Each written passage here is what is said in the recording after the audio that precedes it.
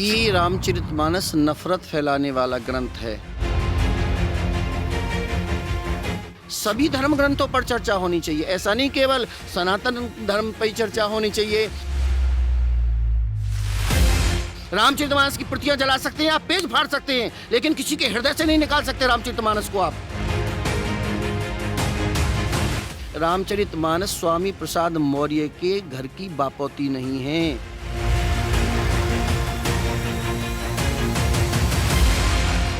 नमस्कार, नोएडा 24 न्यूज देख रहे हैं आप। आपके साथ मैं हूं मोहित कर्णेश ठाकुर। आचार्य धीरेन्द्र कृष्ण शास्त्री के बाद देश में एक नए विवाद ने जन्म ले लिया है। दरअसल 3 हफ्ते पहले बिहार के शिक्षा मंत्री चंद्रशेखर ने एक बयान दिया था जो रामचरितमानस को लेकर दिया था, जिसको कई हिंदू संगठनों ने जिसका विरोध किया। इसके बाद अब जलती आग में स्वामी प्रसाद मौर्य जो समाजवादी पार्टी के नेता हैं उत्तर प्रदेश से, उन्होंने घी डालने का काम कर दिया है। दरअसल स्वामी प्रसाद मौर्य ने रामचरितमानस को लेकर ऐसा विवादित बयान दिया है जिस पर बखेड़ा खड़ा हो गया है। करणी सेना से लेकर कई हिंदू संगठन इस बयान को सुनकर उबल पड़े हैं। ये बयान क्या है इसे भी हम सुनाएंगे, लेकिन स्वामी प्रसाद मौर्य ने रामचरितमानस को लेकर जो सवाल उठाए हैं वो कुछ पंक्तियों को लेकर हैं, जिनमें कुछ ऐसी पंक्तियां हैं जिनको लेकर स्वामी प्रसाद मौर्य ने कहा है कि ये समाज को बांटती हैं और रामचरितमानस समाज में नफरत पैदा करता है। इसी मुद्दे पर चर्चा करने के लिए आज हमारे साथ संजय शर्मा मौजूद हैं। उनके पास चलते हैं।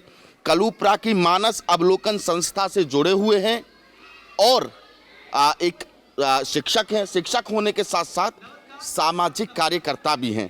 तो संजय शर्मा जी हमारे साथ मौजूद हैं। आज जहां ये पढ़ाते हैं, जहां ये बच्चों को शिक्षा देते हैं, आज हम वहीं आए, इनसे जानेंगे सर क्या कहना है। दरअसल एक के बाद एक, पहले धीरेन्द्र कृष्ण शास्त्री का मुद्दा आया, उसके बाद सनातन पर एक गहरी चोट बिहार के शिक्षा मंत्री चंद्रशेखर, उसके बाद समाजवादी पार्टी के नेता स्वामी प्रसाद मौर्य ने किए। क्या कहना चाहें सर? स्वामी प्रसाद मौर्य जी ने ये कहा था कि रामचरितमानस नफरत फैलाने वाला ग्रंथ है, और यदि स्वामी प्रसाद जी अपने इस वक्तव्य को सिद्ध करते रामचरितमानस की चौपाइयों के माध्यम से, तो ये बात प्रामाणिक मानी जाती है। हमें लगता है कि स्वामी प्रसाद मौर्य जी की उनका जो बुद्धि विवेक है वो थोड़ा ठिकाने नहीं है, उनकी बुद्धि जड़वत हो गई है, जहाँ तक मैं समझता हूँ। रामचरितमानस नफरत फैलाने वाला ग्रंथ नहीं है। स्वामी प्रसाद मौर्य जी ने जो कहा है वह नफरत फैलाने वाला बयान है। सनातन धर्म, वैदिक धर्म ये जोड़ने का काम करता है, तोड़ने का नहीं। यदि समन्वयवाद की धारा यही कहीं प्रभावित होती है तो वह रामचरितमानस के माध्यम से होती है। रामचरितमानस के महानायक श्री राम कोलों से मिलते हैं, भीलों से मिलते हैं, किरातों से मिलते हैं, सबरी जी के आश्रम में जाते हैं और सबरी को माँ शब्द के संबोधन करते हैं। और उन्होंने वहाँ साफ लिखा है, जाति पाति कुल धर्म बड़ाई, गुण बल परिजन गुण चतुराई। ये मुझे जाति पाति धर्म बड़ाई, किस संस्कार में हो, तुम किस कुल में हो, मुझे इससे कोई लेना देना नहीं है। मैं तो एकमात्र नाता मानता हूँ भक्ति का, प्रेम का। किस जाति में है, किस पंथ में है, किस धर्म में है, किस मजहब में है, ऐसा रामचरितमानस में कुछ भी नहीं लिखा है। जहाँ से वो चौपाई उन्होंने उठाई है वहाँ कलयुग का वर्णन तुलसीदास जी ने रामचरितमानस के माध्यम से किया है। तो जब तक हम किसी प्रसंग की, किसी चौपाई की प्रसंग को नहीं समझेंगे, हम नहीं समझ पाएंगे कि वो बात हमने किस परिप्रेक्ष्य में कही है। और जहाँ तक बात है चर्चा की, तो हजारों साल लिखे हुए किसी भी धर्म ग्रंथ हमारी थाती है, उसको बचाए रखना हमारी जिम्मेदारी है। उस पर चर्चा होनी चाहिए खुले मन और खुले मस्तिष्क से। सभी धर्म ग्रंथों पर चर्चा होनी चाहिए, ऐसा नहीं केवल सनातन धर्म पर ही चर्चा होनी चाहिए या हिंदू धर्म के सदग्रंथों पर ही चर्चा होनी चाहिए। चर्चा यदि होनी चाहिए ना, तो फिर सभी धर्म ग्रंथों पर चर्चा होनी चाहिए, सभी संप्रदायों पे चर्चा होनी चाहिए। और रामचरितमानस बिल्कुल भी नफरत फैलाने वाला ग्रंथ नहीं है। वो तो कहता है, शीय राम में सब जग जानी, करऊं प्रणाम जोर जुग पानी। ये तुलसीदास जी ने रामचरितमानस के प्रारंभ में ही कह दिया है कि मैं सब में सिया राम में मानते हुए सबको प्रणाम करता हूँ। वैमनस्यता की बात कहाँ से आ गई भैया? राम राज्य की अवधारणा में भगवान श्री राम कहते हैं कि वैर न करिए काहू सन कोई, राम प्रताप विषमता खोई। कोई विषमता नहीं है, कोई किसी से प्रीति, सब किसी से कोई बैर नहीं करता, सब प्रीति करते हुए। तो कहाँ से वैमनस्यता की बात आ गई? ऐसे लोगों के जो बयान है जैसे स्वामी प्रसाद मौर्य जी, और देखो कैसे आश्चर्य की बात है, जो यदुवंश जिसमें भगवान श्री कृष्ण पैदा हुए, वह यदुवंश में पैदा होने वाला व्यक्ति जो आज समाजवादी पार्टी का मुखिया है दैवयोग से, वो ये बात कहते हैं कि हम तो शूद्र हैं, हम कौन हैं, उन्हें अपना ही वंश का नहीं पता, और जिसे अपना वंश नहीं पता हो और जिसे अपने बारे में जानकारी ना हो, जो अपने आप को शूद्र कह रहा हो, उसके लिए क्या कहा जाएगा? अखिलेश यादव कह रहे हैं इस बयान को लेकर, अखिलेश यादव की पार्टी से जुड़े, कि ये उनकी व्यक्तिगत राय है। अखिलेश यादव जी इस बात को तो कह रहे हैं उनकी व्यक्तिगत राय है, लेकिन ये जो कार्य हुआ था ये 29 जनवरी को हुआ था, और 30 जनवरी को अखिलेश यादव जी ने स्वामी प्रसाद मौर्य जी को समाजवादी पार्टी का राष्ट्रीय महासचिव घोषित कर दिया। जब ऐसे व्यक्ति जो समाज को तोड़ने का काम कर रहे हैं, समाज में वैमनस्यता फैलाने का काम कर रहे हैं, और वो किसी हिंदू सनातन धर्म के लोगों की, हिंदू धर्म के लोगों की जो श्रद्धेय पुस्तक है उसके लिए वो अपमानजनक टिप्पणियां कर रहे हैं, उसको जलाने की बात कह रहे हैं, उसको जलाया गया है, उसका अपमान किया गया है और उसकी पीठ को थपथपाया जा रहा है। भाई ये कौन से उनके व्यक्तिगत विचार हो गए? ये तो सोची समझी रणनीति के साथ हुआ है कि भाई संडे रविवार में तुम इस काम को करो और सोमवार में हम तुम्हें राष्ट्रीय महासचिव घोषित कर देंगे। ये सोची समझी रणनीति है। और अखिलेश यादव जी को क्या ये नहीं पता कि इस पार्टी की स्थापना समाजवादी की किसने की है? अखिलेश यादव जी क्या इस बात को भूल गए? उन्होंने समाजवाद को पढ़ा है क्या अखिलेश यादव जी ने? वो जानते हैं समाजवाद का खागा क्या होता है? अखिलेश यादव जी, समाजवादी पार्टी की स्थापना डॉक्टर राम मनोहर लोहिया ने कितने परिश्रम से की है, अखिलेश यादव जी को पता है? पता है क्या अखिलेश यादव जी को? मैं पूछना चाहता हूं अखिलेश यादव जी से, क्या उन्होंने राम मनोहर लोहिया को पढ़ा है? और यदि पढ़ा होता तो ऐसे बचकाने बयान देने से अखिलेश यादव जी बचते, क्योंकि समाजवादी पार्टी की जो स्थापना की है डॉक्टर राम मनोहर लोहिया जी ने, उन्होंने ये कहा है, उनकी बात को मैं कोट कर रहा हूँ, राम मनोहर लोहिया जी ने कहा है कि कृष्ण, भगवान श्री कृष्ण पूर्व और पश्चिम की एकात्मकता के प्रतीक हैं, और भगवान श्री राम भारत की उत्तर से दक्षिण की एकात्मकता के प्रतीक हैं। ये बात डॉक्टर राम मनोहर लोहिया जी ने की है, जिन्होंने समाजवादी पार्टी की स्थापना की है। क्या समाजवादी पार्टी की स्थापना करने वाले डॉक्टर राम मनोहर लोहिया से ज्यादा बौद्धिक बुद्धि कौशल अखिलेश यादव जी का? और डॉक्टर राम मनोहर लोहिया जी ने 15 दिन के रामायण मेला के आयोजन किया था चित्रकूट में, जिन्होंने उनकी ये थी कि सभी जाति के लोग, सभी धर्मों के लोग, सभी जाति के लोग, हिंदू समाज के सभी जाति के लोग रामचरितमानस का पारायण करेंगे। रामचरितमानस स्वामी प्रसाद मौर्य के घर की बापौती नहीं है। राम प्रसाद मौर्य और उनके जो चाटुकार लोग हैं ना, उनकी बापौती नहीं है, हमारे हृदय में बसा हुआ है। हमारे नहीं, ये पूरे विश्व के हृदय में बसा हुआ है। रामचरितमानस की प्रतियां जला सकते हैं आप, पेज फाड़ सकते हैं, लेकिन किसी के हृदय से नहीं निकाल सकते रामचरितमानस को आप। और ये जघन्य अपराध है निश्चित रूप से जन जन के, और इसको ना तो संविधान मान्यता देता है। आप अपने धर्म में जिए, बहुत अच्छी बात है, कोई बाध्य नहीं कर रहा है। स्वामी प्रसाद मौर्य जी को कोई बाध्य कर रहा है कि वो रामचरितमानस पढ़ें? स्वामी प्रसाद मौर्य को किसी ने बाध्य किया कि वो सनातन धर्म में है? जब वो सनातन धर्म में यदि उनकी इच्छा है तो रहें, ना तो बहुत सारे धर्म हैं, बहुत सारे पंथ हैं, वो उसमें जी सकते हैं, उसमें आनंद ले सकते हैं, लेकिन किसी भी धर्म ग्रंथों को जलाने का नैतिक अधिकार नहीं है, ना मौलिक अधिकार है, ना नैतिक अधिकार है, ना मानवीय अधिकार है, ना संविधान अधिकार देता है उन्हें कि वो किसी धर्म ग्रंथ को जलाएं। यदि उन्हें चर्चा करनी है तो वो खुले मंच से चर्चा करें, चर्चा की जानी चाहिए, चर्चा में कोई समस्या नहीं, लेकिन आप जलाएंगे ये बर्दाश्त नहीं किया जाएगा। कि राम के नाम को लेकर वोट बैंक की राजनीति देश में होती रही है। पहले राम मंदिर को लेकर राजनीति हुई, फिर राम के नाम को लेकर राजनीति हुई। अब दरअसल ये जो विवाद है ये रामचरितमानस की कुछ पंक्तियों को लेकर है शर्मा जी, जिसमें एक पंक्ति है, ढोल गवार शूद्र पशु नारी सकल ताड़ना के अधिकारी। इसका सही मायने में अर्थ क्या है? और कई बार ये पंक्ति को रामचरितमानस ने जैसे जैसे लिखा है बदल भी दिया है। इस पंक्ति को पीछे आके कर दिया है कि ढोल गवार शुद्ध पशुरारी सकल ताड़ना के अधिकारी। तो इस पंक्ति को लेकर आपकी क्या राय? इसमें बदलने की कोई ज़रूरत ही नहीं है। ढोल गवार शूद्र पशु नारी सकल ताड़ना के अधिकारी, इसमें बदलने जैसी कोई शब्द नहीं है, कोई बात ही नहीं है, कोई आवश्यकता ही नहीं है। यदि कोई व्यक्ति बदल रहे हैं तो वो रामचरितमानस के स्वरूप को नहीं जान रहे हैं, इसमें कोई समस्या ही नहीं है भाई। देखिएगा, रामचरितमानस काव्य में लिखा हुआ महाग्रंथ है, महाकाव्य है, और महाकाव्य की कुछ मौलिक बातें भी होती हैं। शब्द शक्ति की अपनी 3 गुण होते हैं, एक अभिता होता है, एक लक्षणा होता है, एक व्यंजना होता है। उनको तो यह भी नहीं मालूम जो इसके चौपाइयों का विरोध कर रहे हैं कि शब्द शक्ति होती क्या है, महाकाव्य के गुणधर्म क्या होते हैं, ये भी उन्हें नहीं मालूम है। और उन्हें ये भी नहीं पता होता कि अलंकार भी महाकाव्यों में होते हैं, काव्य में हमारे में अलंकार होते हैं। एक ही शब्द का कई जगह बहुत सारे अर्थ होते हैं। गुण ते ले तरहीम जन सलिल कूपते काड़, कूपहूँ ते कहूँ होत है मन काहू को बाढ़। अब गुण जो गुण का अर्थ रस्सी भी है और गुण का अर्थ गुण भी है। एक शब्द के कई सारे अर्थ होते हैं, ठीक है। और मैं ये समझता हूँ कि जब तक हम उसकी मूल भावना को नहीं समझेंगे, चौपाई कहाँ से ली गई है, किस प्रसंग से ली गई है, उसका क्या तात्पर्य है, तब तक हम वहाँ तक ठीक प्रकार से पहुँच नहीं पाएंगे। ढोल गवार शूद्र पशु नारी सकल ताड़ना के अधिकारी। ताड़ना का तात्पर्य है देखना, ताड़ना का तात्पर्य है उनकी सुरक्षा करना, ताड़ना का तात्पर्य है संरक्षण करना। ताड़ना एक शब्द है, उसके कई सारे अर्थ हैं। हमारे यहाँ भी आप जहाँ बैठे हुए हैं हम लोग, क्षेत्रीय भाषा है, अरे बहुत देर से ताड़ रहा भाई तू इसको। ताड़ना माने देखना, तो उसे बहुत देर से ताड़ना माने ऐसा देखना नहीं, ताड़ना माने वॉच करना, माने गौर से देखना कि वो कर क्या रहा है।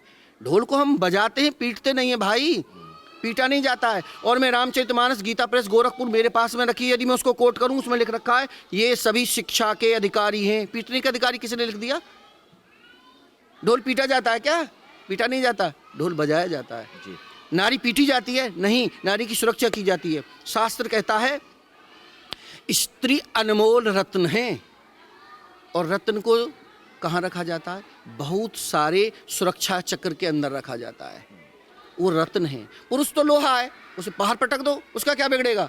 स्त्री की सुरक्षा करना, भारत के जो नारी है उसकी सुरक्षा का दायित्व पुरुष का है। और आप तो वैदिक संस्कृति को जानते हैं, जब विवाह संस्कार होता है और जो विवाह में हमारे जो पंडित लोग होते हैं, जो पुरोहित लोग होते हैं, जो वैदिक संस्कृति से विवाह का परिपालन करते हैं, तो वो जब फेरा डलता है तो उसमें भी ये बात आती है कि भाई अब मैं उसका पिता या उसका भाई अपनी बेटी का हाथ जब उस अपने वर के पक्ष हाथ पर रखता है तो ये कहता है कि आज से इसकी सुरक्षा की जिम्मेदारी आपकी हुई।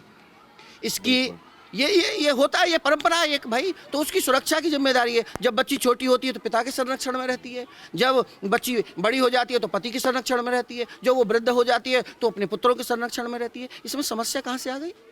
शूद्र का अर्थ है वह सेवा करना, सेवा करने वाले व्यक्ति का ध्यान रखेंगे हम, सेवा करने वाली को गौर रखेंगे कि भाई वो सेवा कर रहा है कि नहीं कर रहा है। अब कोई फर्स्ट क्लास अधिकारी है, उसके नीचे जो चतुर्थ श्रेणी है, चौथी श्रेणी में जो व्यक्ति काम कर रहा है, क्या उसको देखता नहीं है? वो क्या उसको ध्यान नहीं रखता है? क्या उससे वो बातें नहीं करता है? और रही बात गंवार की, गंवार का मतलब कम विवेकी व्यक्ति। कम विवेकी व्यक्ति को यदि हम कोई काम सौंपते हैं तो उसका ध्यान रखते हैं कि भाई उसने किया है कि नहीं किया है। तो इसमें विवाद की कोई गुंजाइश ही नहीं है, ये आनंद का विषय है और यह रामचरितमानस तो जोड़ने का है। मैं कितनी आपको 12 वर्ष से रामचरितमानस का पाठ चल रहा है, नवरात्रियों में 9 दिन की नवरात्रि होती हैं, रामचरितमानस का लगातार पाठ होता है। मेरे पास आइए आप, मैं आपको दिखाऊंगा कितनी महिला आनंद के साथ में गाती हैं, कितनी जो छोटे छोटे बच्चे हैं वो कितने आनंद के साथ में गाते हैं, और सभी जातियों के लोग गाते हैं। वो किसी जाति के ठेकेदार थोड़ी है भाई। स्वामी प्रसाद मौर्य जी ने किसी जाति का कोई ठेका ले रखा है क्या? मेरे पास में विभिन्न जातियों के लोग रामचरितमानस का गायन करते हैं। का बरसा सब कृषि सुखाने, समय चुक पुन का पछताने। जो किसान है, जो बिल्कुल निरक्षर है, जो बिल्कुल नहीं पढ़ा रुखा, वो भी कहता है भाई का बरसा जब कृषि सुखाने, समय चुके पुन का पछताने। इस साल मंगल भवन मंगलहारी, द्रवौ सो दशरथ जिर बिहारी। उत्तर भारत से लेकर दक्षिण भारत में आप कहीं चले जाइएगा, वहाँ रामचरितमानस का गायन होता है। दक्षिण में चले जाइए, रामचरितमानस का गायन होता है। आप उत्तर में चले जाइए, कहीं भी आप चले जाइए, रामचरितमानस तो तुलसी का। एक बात और विशेष मैं आपको बताता हूँ कि तुलसीदास का ना कोई पंथ है, ना कोई पीठ है, लेकिन फिर भी रामचरितमानस 550 वर्षों से लगातार गाया जा रहा है। कोई इसको प्रचार करने वाला व्यक्ति उन्होंने नॉमिनेट नहीं किया है कि भाई ये मेरा पीठ है, ये तुम्हारा इस काम को आगे बढ़ाएगी। कोई नॉमिनेट नहीं है उनका। वो जन जन का ग्रंथ है। जब आप रामचरितमानस पढ़ेंगे ना तो आपको लगोगे ये मेरी व्यथा है, ये मेरी कथा है, जीवन जीने की पद्धति है। आज भाई से भाई का बंटवारा हो रहा है। आप रामचरितमानस में देखिएगा, अयोध्या जैसे राज्य को राम ने इसलिए स्वीकार नहीं किया कि 2 वोट उनके खिलाफ थे, मंथरा का और कैकेयी का। 2 वोट पर भी उन्होंने राम को राज्य को स्वीकार नहीं किया। उधर भरत जैसा भाई देखिएगा, क्या बात कह रहे हैं आप। जीवन पद्धति हमारे घर में देखिएगा, माता के साथ कैसा व्यवहार होना चाहिए, पत्नी के साथ कैसा व्यवहार हो। केवल एकमात्र श्री राम का ऐसा उदाहरण है, केवल एकमात्र श्री राम का ऐसा उदाहरण है कि जो इतने संवर्धनशाली शासक रहे और फिर भी एक पत्नी व्रती रहे। नारी का अपमान है ये नारी का अपमान है। जानकी जी उनके साथ सिंहासन पर बैठी, ये नारी का अपमान है, ये नारी का सम्मान है, अपमान नहीं है, ये नारी का सम्मान है। और जब हम रामचरितमानस को पढ़ते हैं ना, हमें लगता है कि नारी का सम्मान किया गया है। मित्र के साथ में कैसा व्यवहार किया जाना चाहिए, भाई के साथ में कैसा व्यवहार किया जाना चाहिए। जब लक्ष्मण को शक्ति बाण लग जाता है तो भगवान रोते हैं, तो जब भगवान रोते हैं तो पूछा जाता है, उनसे किसी ने पूछा, प्रभु आप रो क्यों रहे हैं? भाई ये तो युद्ध हो रहा था, इसमें तो इधर से भी मारे जा सकते थे, उधर से भी मारे जा सकते, इसमें इतने रोने चीखने चिल्लाने की क्या बात है? भगवान ने कहा वो तो सारी बात ठीक है, लेकिन मेरा जो प्रण था ना वो टूट गया। क्या प्रण था? कि मैंने विभीषण को लंका का राज्य पहले ही दे दिया था, मेरा प्रण टूट गया, मैं इसलिए रो रहा हूं। तो यहां समन्वयवादी बात है। बाली को मारने के बाद सुग्रीव को शासक बना दिया, उसके भाई को। लंका के राजा रावण को मारने के बाद में विभीषण को शासक बना दिया। ये जोड़ने की विधि है। उस दक्षिण से और उत्तर को जोड़ने का काम किया है रामचरितमानस से राम ने, कि तोड़ने का काम किया है? बिल्कुल। किसी भी कोल, भील, किरात, छोटे छोटे, सुग्रीव जो अपने भाई के डर से भागा फिरता था उसको साथ लिया, बानरों को साथ लिया, बंदरों को साथ लिया, निषादों को साथ लिया, अपने पास बैठाया, अपने गले से लगाया। तो ये समाज के उपेक्षित वर्गों को जोड़ने का काम किया कि तोड़ने का काम किया? स्वामी प्रसाद मौर्य जी ने को ठेका ले लिया है क्या किसी जाति का? कोई जाति ये बताया कि हमें तोड़ने का काम किया रामचरितमानस ने? ऐसा कुछ नहीं। अंतिम सवाल मेरा आपसे ये है कि इन बयानों को सुनने के बाद कहीं ना कहीं हिंदू धर्म की आस्था पर तो चोट है, सनातन पर चोट है। योगी आदित्यनाथ सरकार से या उत्तर प्रदेश सरकार से आपके क्या मांग है?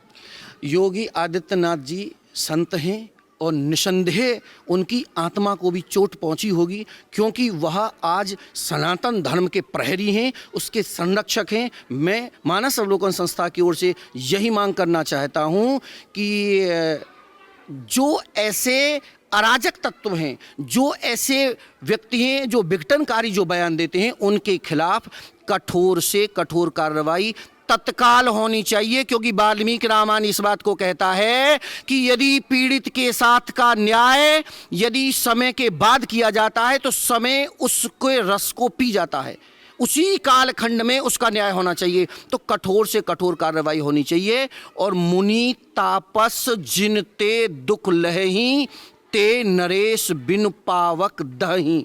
ऐसे राजा को, जिसके राज्य में मुनि, तपस्वी, साधक, सन्यासी पीड़ित होता है, भक्त पीड़ित होता है, उसकी आस्था को चोट पहुंचती है, ऐसा नहीं होना चाहिए। रामचरितमानस में गोस्वामी जी इस बात को भी कहते हैं कि राजा को कैसा होना चाहिए।